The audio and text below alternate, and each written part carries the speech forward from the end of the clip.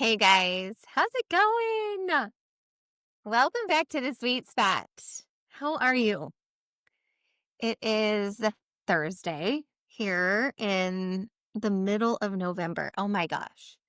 How is it the middle of November? What is happening? Man, time flies when you're having fun. What a full season, too. We just are wrapping up some of our fall activities. And I think we get to take a beat a little bit with our son, although maybe not, because, well, his regular football season is over. He may be playing on this All-Stars team, which has been a whole experience. And I was talking about this in my stories the other day. And gosh, it is so cool to watch your kids do new, big, scary things and watch them navigate it and to get to just be a witness to how they handle the discomfort of trying something new or putting themselves out there in a way that they haven't before. And I always say, like, Jace is our teacher of wisdom in so many ways because he just seems to be able to regulate himself in a way that feels like rock solid certainty. Like he's actually okay with whatever happens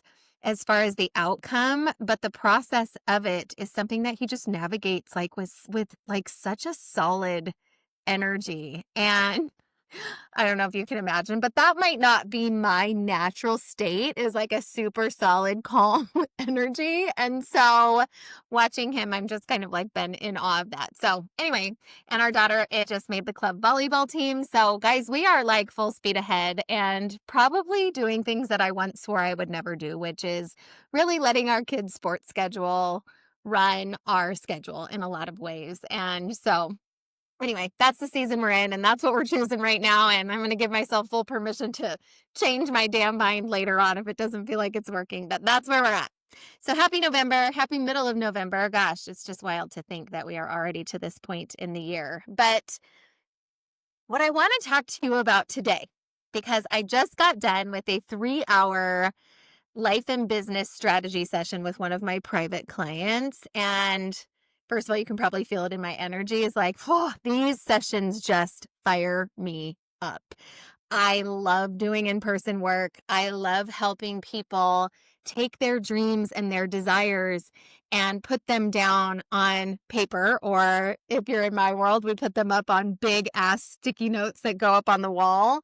And I walk them through a process that I call be, do, have. And this is not, I did not invent this. But basically, like once we have our desires painted on the wall, we walk through the process of like, okay, who do I need to become, return to in order to create these desires and bring them to life? And then, of course, what do I need to do in order to bring them to life? And that will naturally lead to the result of the desire coming to life. So be, do, have is the process. But what I actually want to talk about is the first part, which is our desires.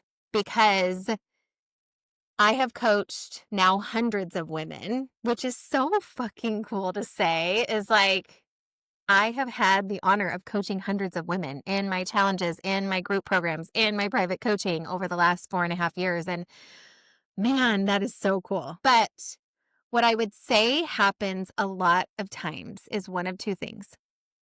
I will bring someone in or someone will reach out to me for coaching and I will ask them, well, what do you really want? And they either say, I don't know, which to me is a sign that we need to go down the path of getting to know them. That so much of our desire comes when we walk a path of self-discovery. It's like, what do I really want? Typically comes after who am I really? Like, have I gotten to really know who I am at my core? And I know, we will talk a lot about this, is there are many reasons why so many of us wake up at some point in our lives and feel lost in our own lives as though we don't really know who we are.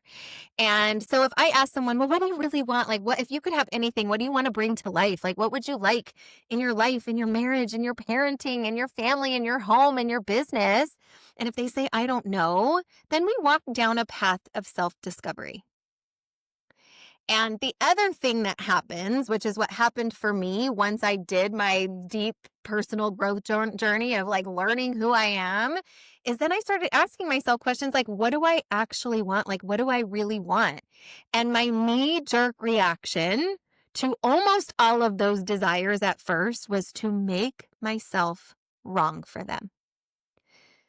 To make myself wrong for them. And this is what I see so often. It actually happened in our session today, and it kind of like blew her mind to see like how often she will identify something she wants and then she talks herself out of it because she makes herself wrong for it.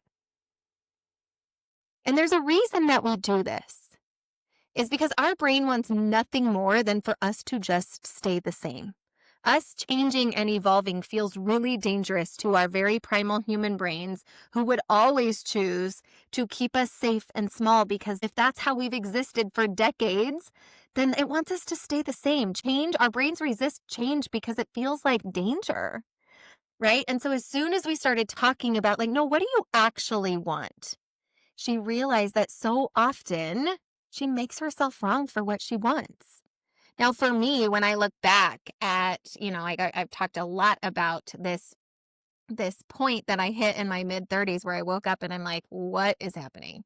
I have everything I thought I wanted and I feel lost. I feel disconnected. Like, how did I get here? So I walked the path of self-discovery and I got to know myself really well. And then I started to connect with what I wanted, what I really wanted. And the thoughts that my brain offered me were things like, why can't you just be grateful for what you have? Why do you always want more? Can't you just let it be good enough?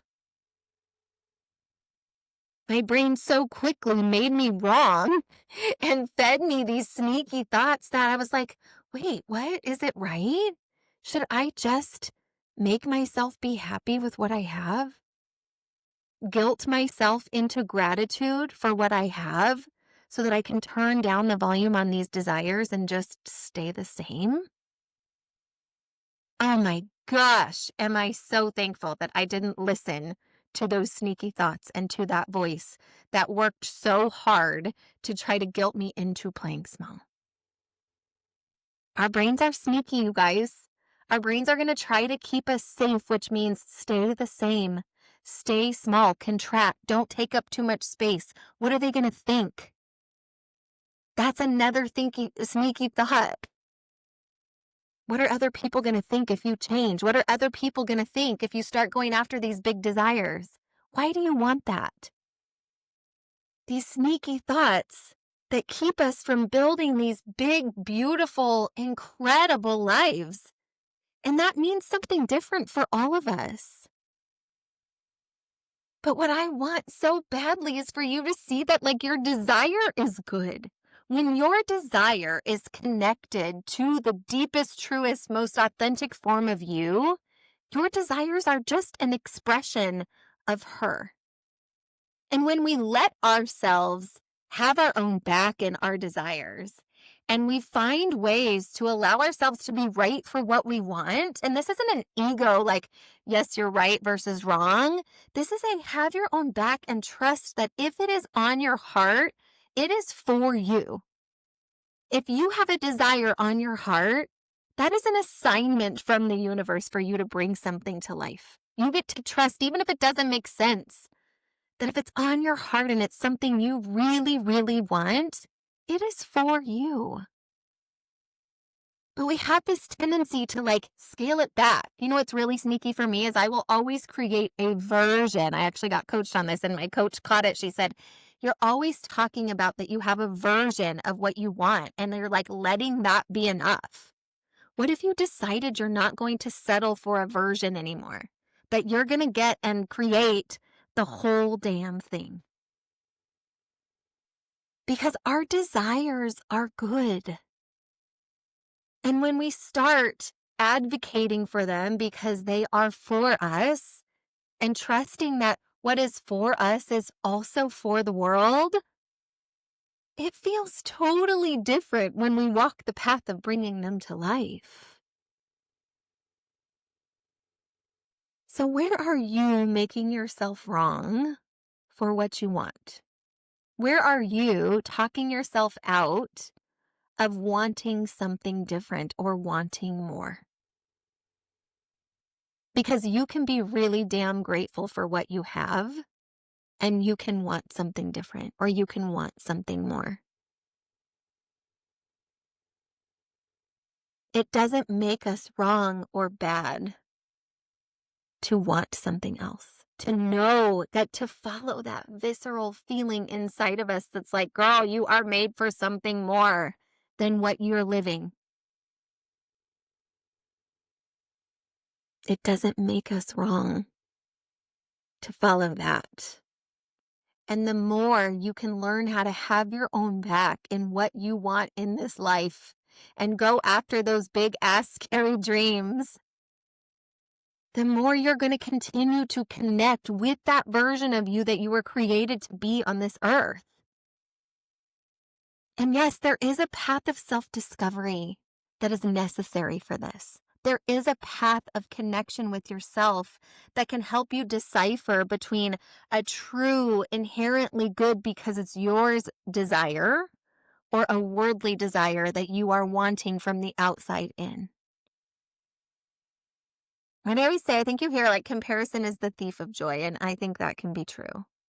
But when we feel envy and jealousy because someone outside of us has something that we think we want, let's zoom out and take a look at that. We can compare ourselves to the fact that they have it and we don't, and we can make ourselves feel like shit about it. Or we can go, is that something I actually want? Is that person showing me what's possible if I follow my desires? If she can do it, so can I. That thought helped me so much as I was bringing my coaching business to life, every new income level I reach, which also equates to a new level of impact through this work. Everything that I want to create for my family, the adventures, the experiences, sure, I could make myself wrong for all of that. I could be like, can't you just be thankful for what you have? I could. But I also know that when I get to the end of my life, I'm going to want to look back and go, girl, did you follow your desires? Look what you created because you did. You get to make yourself right for what you want. You get to connect with the truest, most authentic version of you and know that what's on her heart is for her to bring to life while she's here on this earth. Connect with a why. Like, why do you want a result that you want? Why do you want the things that you want? But find reasons that feel good in your body. As soon as you make yourself feel like shit or make yourself wrong for what you want, bringing it to life is going to feel really freaking hard. And most of us just won't. Most of us will just go back to the way things were. But man, am I so grateful that as I did this deep work and connected with what I wanted this business. I wanted to become a version of me that wasn't afraid of herself anymore. I wanted to create an impact that made a huge difference in the world. I want to create money because I know that I'm a really loving, generous, giving person. And the more money we make, the more we become, we just become more of who we already are. Right? I want to create experiences with my family. I want to build a legacy that can be passed on. I want to be able to give and take care of other people. But there are a lot of ways I could make myself wrong for that. I want to create epic experiences for me to look back on. And I think when we start to realize that those desires are good and have our own back in them, the energy that we exist in as we bring them to life completely changes. So what I want you to do is I want you to write down some things that you want in your life, in your business, in your work, whatever it is, maybe things you've been afraid to even admit that you want. And I want you to see the thought pattern that maybe your brain delivers you about why you shouldn't want it. And then I want you to go, I see you, brain. This sounds a little crazy, I know, but you guys, I talk to my brain as though it's a separate entity because our brains are wired for primal survival. They are wired to stay the same. If we let them run our lives, we will just wake up and do the same things over and over and over and call that a life. Right? So I separate myself from my brain. I see you, brain, trying to keep me safe. Thank you so much. But I am not here to play it safe. I am here to build a big, beautiful, incredible, adventurous, experience-filled, generous life.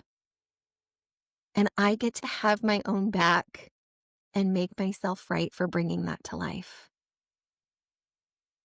I could go on and on and on about how your desires get to change with the season that you're in. I think when we recognize the importance of honoring the season that we're in, we see how often we exist in fear when it comes to our desires and being honest about what we actually want.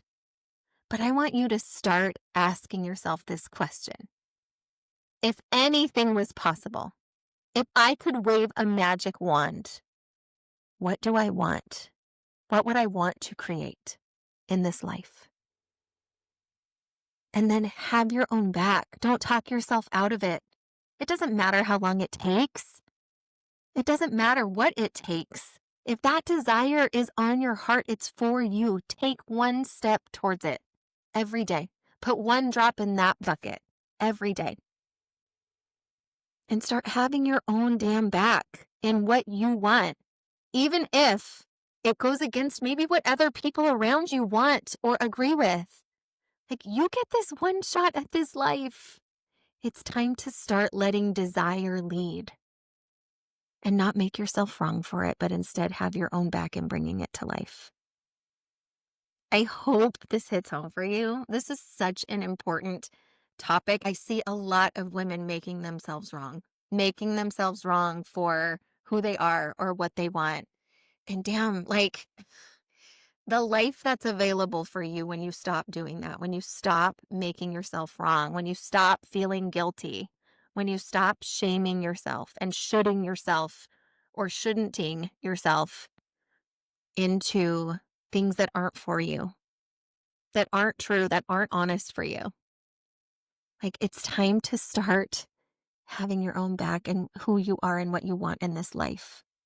And I just imagine, like, if there was a life with little regret, it is made up of this. It is made up of connecting with the truest, most authentic version of you and living out the desires that are for her. They are for you.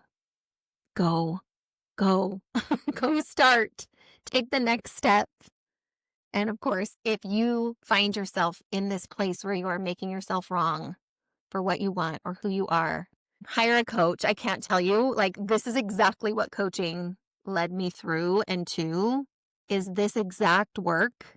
And on the other side of it, waiting for me, and I'm still in it. This isn't like there's no destination here. We're just constantly working through things and becoming more and more of ourselves and leaning more and more into our desires and building and building. But this life I'm in right now only exists because I got really fucking honest about who I am and what I want. And then I had my own back in bringing it to life.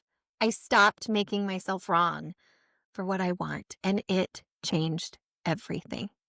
So lean in, reach out if I can help.